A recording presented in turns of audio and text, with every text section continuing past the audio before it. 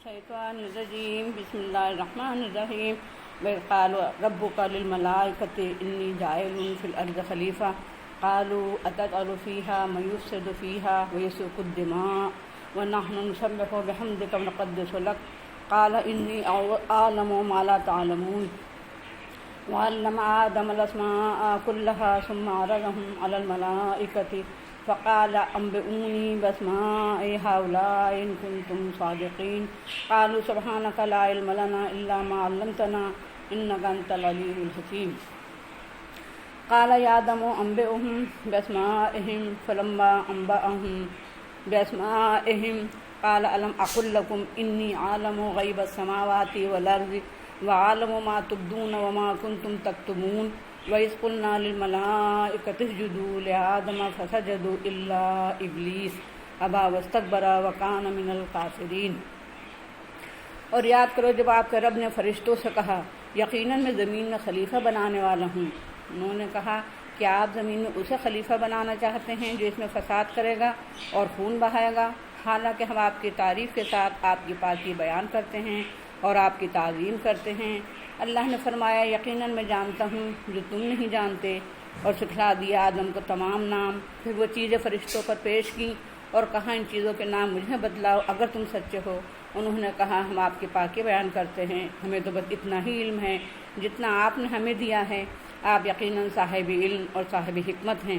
کہا اے آدم ان کو ان چیزوں کے نام بتا دے۔ تو جب ان کو ان چیزوں کے نام بتا دیے تو کہا کیا میں نے نہیں کہا تھا کہ میں آسمانوں اور زمین کے غیب جانتا ہوں، اور جس کو تم ظاہر کرتے ہو اور جس کو چھپاتے ہو سب کچھ جانتا ہوں۔ اور یاد کرو جب کہ ہم نے فرشتوں سے کہا آدم کے لیے جھک جاؤ تو وہ جھک گئے، مگر ابلیس نے انکار کر دیا اور تکبر کیا اور کافروں میں شامل ہو گیا۔ یہ سورہ البقرہ کے چوتھے رکوع کی ابتدائی 5 آیات ہیں جن کی تلاوت کی گئی اور ترجمہ پیش کیا گیا۔ آئیے ان آیات پر ذرا تفصیل سے غور کریں۔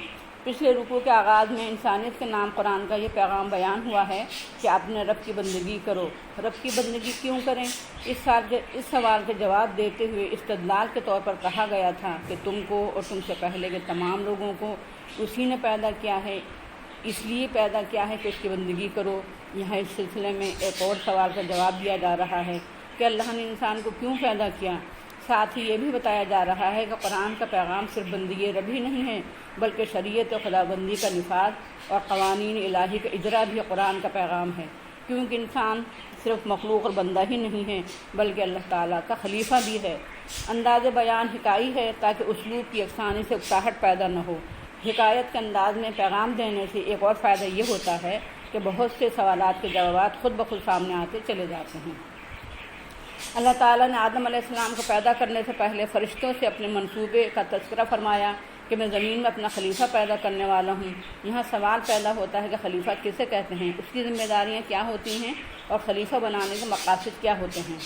علامہ صابونی لکھتے ہیں سمی یا خلیفۃ لأنہ مستخلف عن اللہ عز وجل فی اجراء الاحکام و تنفیذ الاوامر الربانیہ، یعنی آدمی کو خلیفہ کہا گیا کیونکہ وہ اللہ تعالیٰ کے نائب اور قائم مقام بنائے گئے احکام و قوانین کو جاری کرنے، ربانی فرامین اور شریعت الہی کو نافذ کرنے میں۔ واقعہ یہ ہے کہ انسان اللہ کی مخلوق ہے، اس لیے اس کو چاہیے کہ اللہ ہی کو خالق مانے۔ انسان اللہ کا مملوک ہے، اس لیے اس کو چاہیے کہ اللہ ہی کو معبود مانے اور اسی کی بندگی کرے۔ انسان اللہ کا خلیفہ ہے، اسی لیے اسے چاہیے کہ اپنی ذات پر، اپنے گھر پر، اپنے اہل و عیال پر، اپنی سوسائٹی اور معاشرے پر اللہ کے قوانین کو نافذ کرے، اپنے دل اور ذہن کو، اپنے اخلاق اور عادات کو، اپنی معاشرت اور معاش کو، اپنی سیاست اور اجتماعیت کو شریعت الہی کا پابند بنائے۔ دنیا کے تمام ملکوں اور تمام قوموں کے انسان اللہ کے بندے ہیں، اس لیے قرآن سب کو اللہ کی عبادت اور بندگی کرنے کی دعوت دیتا ہے۔ اسی طرح تمام ملکوں اور تمام قوموں کے انسانوں کو اس بنیاد پر کہ تمام انسان خدا کے خلیفہ ہیں، قرآن رب کے قوانین نافذ کرنے کی دعوت دیتا ہے۔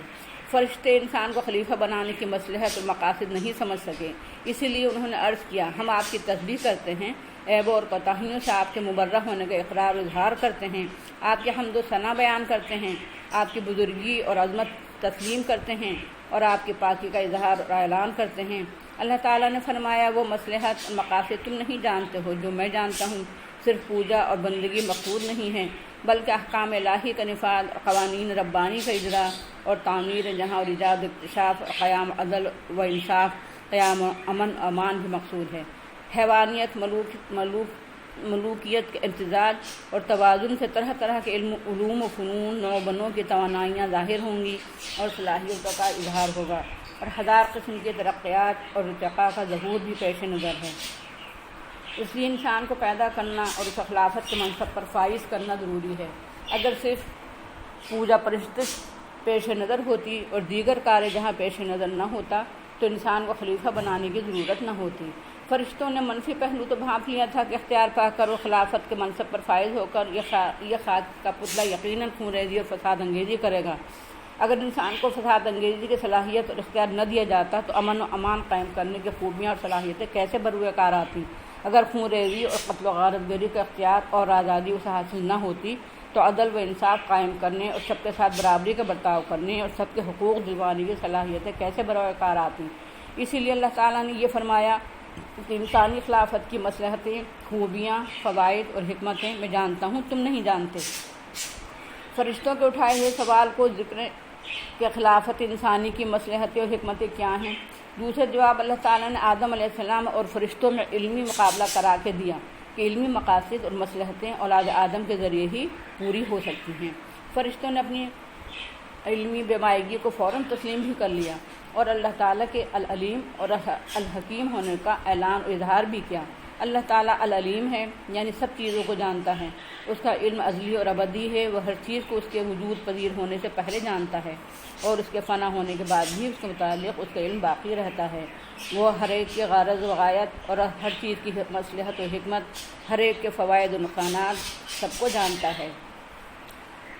اللہ تعالیٰ پورے کائنات کا خالق ہی نہیں ہے بلکہ الحکیم بھی ہے۔ ہر چیز کی تخلیق میں جو مقاصد اور اغراض پیش نظر ہیں وہ سب حکمت پر مبنی ہیں۔ اس نے انسان کو پیدا کیا اور اسے خلیفہ بنایا۔ یہ دونوں کام بھی اپنے اندر ہزار حکمتیں رکھتے ہیں۔ اللہ کی نورانی مخلوق یعنی فرشتے کائنات کے طبعی انتظام پر لگے ہوئے ہیں۔ اگر اس مخلوق کو آدم کے آگے سرنڈر ہو جانے اور سردریز ہونے کا حکم نہ دیا جاتا تو انسان پر خلافت کی ذمہ داریاں ادا نہیں کر سکتا تھا، مگر چونکہ بندگی رب کی ذمہ داری ہو یا خلافت کے فرائض، دونوں میں انسان کا امتحان مقصود ہے۔ اس لیے شیطانی قوتوں کے سرخیل ابلیس نے آدم علیہ السلام کے سامنے جھکنے سے انکار کر دیا۔ اس لیے دنیا میں ہمیشہ ابلیسی طاقتیں اور شیطانی قوتیں بندگی رب اور قوانین رب کے نفاذ دونوں میں آڑے آتی رہتی ہیں۔ اللہ کے وفادار اور فرمانبردار بندے ہمیشہ بندگی رب کے سلسلے میں بھی اور قوانین الہی کے نفاذ کے سلسلے میں بھی شیطانی طاقتوں کے آگے صف آرا رہتے ہیں اور رہنا چاہیے بھی۔ ستیزہ کار رہا ہے ازل سے تا امروز، چراغ مستفی سے ہے شرار بولہبی۔ چند سوالات اور ہیں جن کے ذریعے ان آیات کو سمجھنے میں مدد ملے گی۔ اللہ تعالیٰ نے تخلیق انسانی کے سلسلے کی کہانی کیوں بیان کی؟ فرشتوں کو کیسے معلوم ہوا کہ انسان فساد انگیزی خون ریزی کرے گا؟ فرشتوں کے سوال کا جواب اللہ تعالیٰ نے واضح طور پر کیوں نہیں دیا؟ علم الاسماء کیا ہے جو فرشتوں کو نہیں دیا گیا اور آدم علیہ السلام کو دیا گیا؟ آخر کیوں؟ فرشتوں سے کیوں کہا گیا کہ اگر تم سچے ہو تو ان چیزوں کے نام بتاؤ؟ زمینوں اور آسمانوں کا علم غیب کیا ہے؟ اللہ کے علاوہ اور کسی کو بھی ہو سکتا ہے۔ اللہ تعالیٰ نے کیوں فرمایا کہ تم جو کچھ ظاہر کرتے ہو، جو کچھ چھپاتے ہو، اسے بھی خوب جانتا ہوں؟ اللہ تعالیٰ نے تو فرشتوں سے یہ فرمایا تھا کہ آدم کے آگے سجدہ ریز ہو جاؤ۔ ابلیس سے کب کہا تھا؟ پھر اس کو کیوں رانۂ درگاہ کیا قرار دیا گیا؟ کسی غیر اللہ کو سجدہ کرنا کیوں جائز نہیں ہے جبکہ اللہ تعالیٰ نے فرشتوں کو خود حکم دیا کہ آدم کو سجدہ کریں؟ کیا قوانین رب کا نفاذ اور احکام الہی کے اجرا تمام انسانوں کی ذمہ داری ہے؟ اس طرح سمجھیں، قرآن کا پیغام بندگی رب اور عبادت الہی ہے، اور خلافت کی ذمہ داریاں اپنی تمام وسعتوں کے باوجود بندگی رب کے تحت آ جاتی ہیں، مگر انسان اپنی تنگ نظری کی وجہ سے عبادت اور بندگی کے دائرے کو ہمیشہ محدود کرتا رہا ہے۔ اس لیے یہ سمجھانے کے لیے کہ بندگی رب کا تصور کوئی محدود تصور نہیں ہے بلکہ خلافت کی ذمہ داریاں اپنی تفصیلات سمیت اس کے اندر آ جاتی ہیں، یہی حقیقت سمجھ جانے کے لیے تخلیق آدم کی کہانی سنائی گئی ہے۔ واضح ہے کہ خلافت الہی کا تصور بھی اس قدر وسیع ہے اور ہماگیر ہے کہ بندگی رب اپنی ہماگیری کے باوجود اس کے تحت آ جاتی ہے۔ اس بات کا بھی امکان ہے کہ فرشتوں کو خود اللہ تعالیٰ نے بتا دیا ہو کہ انسان جسے میں پیدا کرنے والا ہوں اس میں یہ اور یہ کمزوریاں اور منفی پہلو بھی رکھوں گا، اور یہ بھی ہو سکتا ہے کہ لوح محفوظ سے متعلق فرشتوں نے لوح محفوظ میں پڑھ کر آگاہی حاصل کر لی ہو، اور یہ بھی ہو سکتا ہے کہ خلیفہ بنانے کے اعلان ہی سے سمجھ گئے ہوں کہ بااختیار مخلوق پیدا کی جائے گی، تو یقیناً وہ اپنے اختیارات کو غلط بھی استعمال کر سکے گی، اس طرح وہ فساد انگیزی اور خونریزی کا بھی ارتکاب کر سکتی ہے۔ اللہ تعالیٰ تو تمام عقل مندوں سے بڑا عقل مند اور تمام حکیموں سے بڑا حکیم ہے۔ عقل و دانش کا مالک انسان بھی مسائل کے ذہن و مزاج اور طبیعت اور اس کی ضرورت کو سامنے رکھ کر جواب دیتا ہے۔ فرشتوں کی تسلی جتنے اور جیسے جواب سے ہو سکتی تھی اتنا ہی اور ویسے ہی جواب اللہ تعالیٰ نے دیا کہ اس کی مصلحت تم نہیں سمجھ سکتے، میں خوب جانتا ہوں۔ علم الاسماء یعنی ناموں کا علم کچھ بہت زیادہ تفصیلی علم نہیں تھا۔ آغاز تخلیق میں جس قدر علم کی ضرورت تھی اسی قدر آدم علیہ السلام کو دیا گیا تھا۔ البتہ اتنا ضرور ہے کہ ہر چیز کا خالق، مالک، حاکم اللہ ہی ہے۔ چیزوں کے نام کے ساتھ اس حقیقت سے ضرور آگاہ کیا گیا ہوگا۔ آدم علیہ السلام کے اندر علوم و فنون کی صلاحیت رکھی گئی تھی اور فرشتوں کے اندر یہ صلاحیت نہیں رکھی گئی تھی، کیونکہ خلافت کے لیے اللہ تعالیٰ نے فرشتوں کو نہیں آدم علیہ السلام کو پیدا کیا تھا، اس لیے فرشتوں کو ناموں کا علم نہیں دیا گیا۔ معلوم ہوا کہ زمین اور اس کے اجزاء کا علم زمین کی خلافت کے لیے ازد ضروری ہے۔ فرشتوں سے کہا گیا کہ اگر تم اپنے اس شبہ میں سچے ہو کہ خلیفہ بنانے میں سوائے خونریزی اور زمین و فساد انگیزی کے کوئی مثبت اور اچھا پہلو نہیں ہے تو بتاؤ ان چیزوں کے نام کیا ہیں۔ وہ نہیں بتا سکے اور آدم علیہ السلام نے ان چیزوں کے نام بتا دیے۔ اس سے فرشتوں پر یہ حقیقت واضح ہو گئی کہ خلافت سے علمی مصلحتیں پیش نظر ہیں جو نئی مخلوق ہی سے پوری ہو سکتی ہیں، فرشتے اس کام کے لیے موزوں نہیں ہیں۔ اللہ تعالیٰ جیسا علم غیب نہ کسی جن و فرشتے کو ہو سکتا ہے، نہ کسی ولی اور بزرگ کو ہو سکتا ہے، اور نہ کسی نبی، رسول اور پیغمبر کو ہو سکتا ہے، اور نہ آخری نبی صلی اللہ علیہ وسلم کو ہو سکتا ہے۔ ہاں، اللہ تعالیٰ اپنے ہر نبی کو نبوت اور رسالت کا فریضہ ادا کرنے کے لیے جس قدر ضروری ہوتا ہے علم غیب سے آگاہ فرما دیتا تھا۔ تم جو کچھ ظاہر کرتے ہو، جو کچھ چھپاتے ہو، میں سب جانتا ہوں۔ یہ اللہ نے اس لیے فرمایا کہ وہ یہ واضح کرنا چاہتا تھا کہ مجھے سب کچھ علم ہے۔ ایک پورے مجمع کو جب کوئی آرڈر دیا جاتا ہے تو سبھی کو خطاب ہوتا ہے۔ اللہ تعالیٰ تو ظالم نہیں ہے کہ حکم دیے بغیر عدول نے حکمی پر سزا دے ڈالے، اور نہ شیطان ہی سے توقع رکھنا چاہیے کہ اسے آرڈر دیا ہی نہ گیا ہو اور اس کے باوجود سزا دینے پر تلملا نہ اٹھے اور یہ نہ کہہ سکے کہ آپ نے مجھے حکم ہی کب دیا تھا، اور ادھر ادھر کی بیتوکی باتیں کرنے لگے کہ آپ نے مجھے آگ سے پیدا کیا اور آدم کو مٹی سے پیدا کیا اور میرا مادہ آدم کا خمیر سے بہتر ہے، میں اسے سجدہ کیسے کر سکتا ہوں اور اس کی ماتحتی کیسے قبول کر سکتا ہوں، حالانکہ اس کا قصور عبول حکم ہی تھا۔ اس کا قصور یہ تھا کہ اس نے اللہ کے حکم کو انکار کیا، اور دوسرا قصور یہ تھا کہ اس نے تکبر و غرور کیا، یعنی اپنے کو اللہ کے حکم سے بھی بڑا خیال کیا، اور ان دونوں حرکتوں کی وجہ سے کافر ہو گیا۔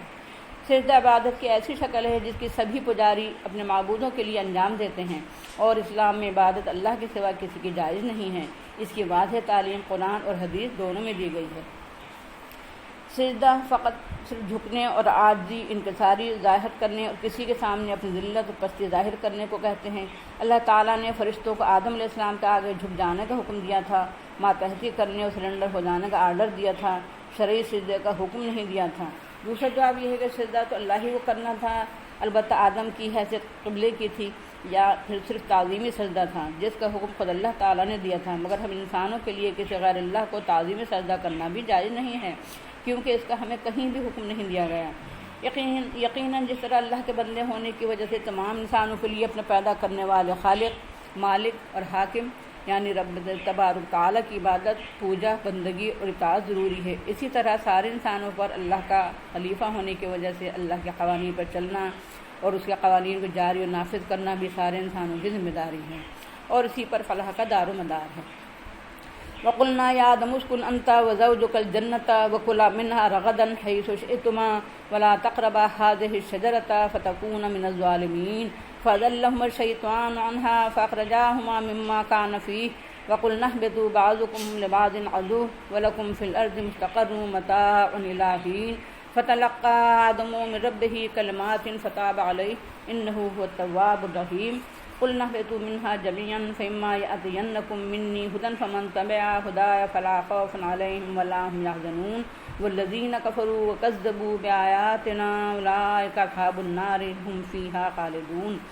اور ہم نے کہا اے آدم، تم اور تمہاری بیوی جنت میں رہو اور اس میں جہاں سے چاہو با فراغت کھاؤ، اور اس درخت کے قریب مت پھٹکنا، پس تم دونوں ظالم ہو جاؤ گے۔ تو ان دونوں کو شیطان نے اس سلسلے میں پھسلایا اور ان دونوں کو نعمتوں سے نکلوا دیا۔ جن میں وہ تھے، اور ہم نے کہا تم سب نیچے اتر جاؤ، تم میں سے بعض کے دشمن ہیں اور تمہارا زمین میں ٹھکانہ ہے، اور ایک وقت متعین تک سامان زیست ہے۔ تو آدم نے اپنے رب سے کچھ کلمات سیکھے تو اللہ نے ان کی توبہ قبول کر لی، کیونکہ وہ بہت زیادہ توبہ قبول کرنے والا اور بہت ہی زیادہ رحم کرنے والا ہے۔ اور ہم نے کہا تم سب نیچے اتر جاؤ تو میری جانب سے تمہاری طرف میری ہدایت ضرور پہنچے گی، تو جو لوگ میری ہدایت کی پیروی کریں گے تو ان پر نہ کوئی خوف ہوگا، نہ وہ حزن و ملال میں مبتلا ہوں گے، اور جو لوگ انکار کریں گے اور ہماری آیات کو جھٹلائیں گے وہ سب دوزخی ہوں گے اور اس میں ہمیشہ ہمیشہ رہیں گے۔ یہ اس رکوع کی بقیہ 5 آیات ہیں جن کی تلاوت اور ترجمہ پیش کیا گیا ہے۔ اگرچہ اللہ تعالیٰ نے آدم علیہ السلام کو زمین میں خلافت کے فرائض انجام دینے اور بندگی رب انجام دینے کی غرض سے پیدا کیا تھا، مگر پہلے جنت میں رکھا تاکہ جنت کی نعمتوں سے روشناس ہو جائے اور ان کو یہ معلوم ہو جائے کہ خدا کی نافرمانی کے نتیجے میں اور شیطان کو بہکاوے میں آنے سے جنت تم سے چھن سکتی ہے۔ اس غرض سے ایک درخت کے پاس جانے سے اللہ تعالیٰ نے روک دیا، مگر شیطان کب نچلا بیٹھنے والا تھا، اس نے آدم علیہ السلام اور حوا علیہ السلام دونوں کو بہکایا اور قسمیں کھائیں کہ میں تمہارا خیر خواہ ہوں۔ اللہ تعالیٰ نے تو اس درخت سے اس لیے روک دیا ہے کہ کہیں تم ہمیشہ کے لیے جنتی نہ ہو جاؤ اور کہیں تم فرشتے نہ بن جاؤ۔ اس درخت کا پھل کھاؤ گے تو فرشتے بن جاؤ گے اور ہمیشہ کے لیے جنتی بن جاؤ گے۔ یہ دونوں شیطان کے بہکاوے میں آ گئے، شجر ممنوعہ کا پھل کھا لیا، نتیجہ یہ ہوا کہ جنت کی نعمتوں سے دونوں محروم ہو گئے۔ اللہ تعالیٰ نے آدم علیہ السلام، حوا علیہ السلام اور ابلیس سب کو زمین پر اترنے کا حکم دے دیا۔ آدم علیہ السلام نے اللہ تعالیٰ سے توبہ کے الفاظ سیکھ لیے اور توبہ کی معافی مانگی۔ اللہ تعالیٰ نے محض اپنے فضل و کرم سے ان کی توبہ قبول کر لی۔ حبوط یعنی زمین پر اترنے کا حکم دینے کے ساتھ ہی اللہ تعالیٰ نے آگاہی دے دی تھی، میری ہدایت ضرور آئے گی، تم اس پر کاربند ہونا، میری اطاعت اور میری ہدایت کی اتباع کر کے تم ہر قسم کے خوف اور اندیشے سے محفوظ ہو جاؤ گے اور ہر قسم کے حزن و ملال سے بھی چھٹکارا پا جاؤ گے۔ یعنی تم کو دنیا میں خواہ خطرات لاحق ہوں، خوف اندیشہ لاحق ہو، حزن و ملال میں بھی مبتلا ہو سکتے ہو، لیکن آخرت کے ہر خطرہ اور ملال سے تم کو چھٹکارا مل جائے گا۔ اور جو لوگ میری ہدایت کا انکار کریں گے اور میری آیات کو جھٹلائیں گے، ایسے تمام لوگ دوزخ میں جھونکے جائیں گے اور ہمیشہ جہنم میں جلے پھکیں گے۔ جنت میں آدم علیہ السلام اور حوا علیہ السلام دونوں کو رکھا گیا تھا، دونوں ہی کو اس درخت کے پاس پھٹکنے سے روک دیا گیا تھا جس کو امتحان کی غرض سے منتخب کیا گیا تھا، اور شیطان نے دونوں ہی کو بہکایا۔ قرآن نے ایک تاریخی غلطی کی اصلاح کی ہے، شیطان نے پہلے حوا کو بہکایا اور انہوں نے آدم علیہ السلام کو بہکایا تھا۔ اس تاریخی غلطی کی وجہ سے تاریخ میں عورتوں پر بڑا ظلم کیا گیا ہے اور انہوں نے ہر طرح ذلیل و خوار کیا، مگر قرآن کہتا ہے کہ شیطان نے دونوں کو بہکایا تھا۔ انسان کو دنیا میں ہمیشہ نہیں رہنا ہے، بلکہ ایک وقت معین تک ہی رہنا ہے جسے اللہ تعالیٰ ہی جانتا ہے، اور دنیا کا سامان محض زندگی گزارنے کا ذریعہ ہے جسے متاع کہتے ہیں۔ دنیا اور اس کے سامان اور اسباب کو مقصود نہیں بنانا چاہیے۔ انسان کی زندگی کا آغاز پوری روشنی میں ہوا ہے۔ اللہ تعالیٰ نے بالکل ابتدا ہی میں اپنی ہدایت، مرضی اور نامرضی سے انسان کو آگاہ کر دیا تھا کہ جو لوگ میری ہدایت پر چلیں گے وہ ڈر، خوف اور رنج و غم سے محفوظ رہیں گے، اور جو لوگ کفر اور تکذیب کے روش اختیار کریں گے وہ نامراد دوزخ میں جائیں گے۔ تیسرے اور چوتھے رکوع میں دنیا میں امن و امان قائم کرنے اور اسے عدل و انصاف اور مساوات سے ہمکنار کرنے کے لیے 3 بنیادیں فراہم کی گئی ہیں: بندگی رب اور وحدت الہ، حاکمیت الہ اور انسانی خلافت، وحدت آدم اور انسانی اخوت۔ وآخر دعوانا الحمدللہ رب العالمین۔ السلام علیکم ورحمۃ اللہ وبرکاتہ۔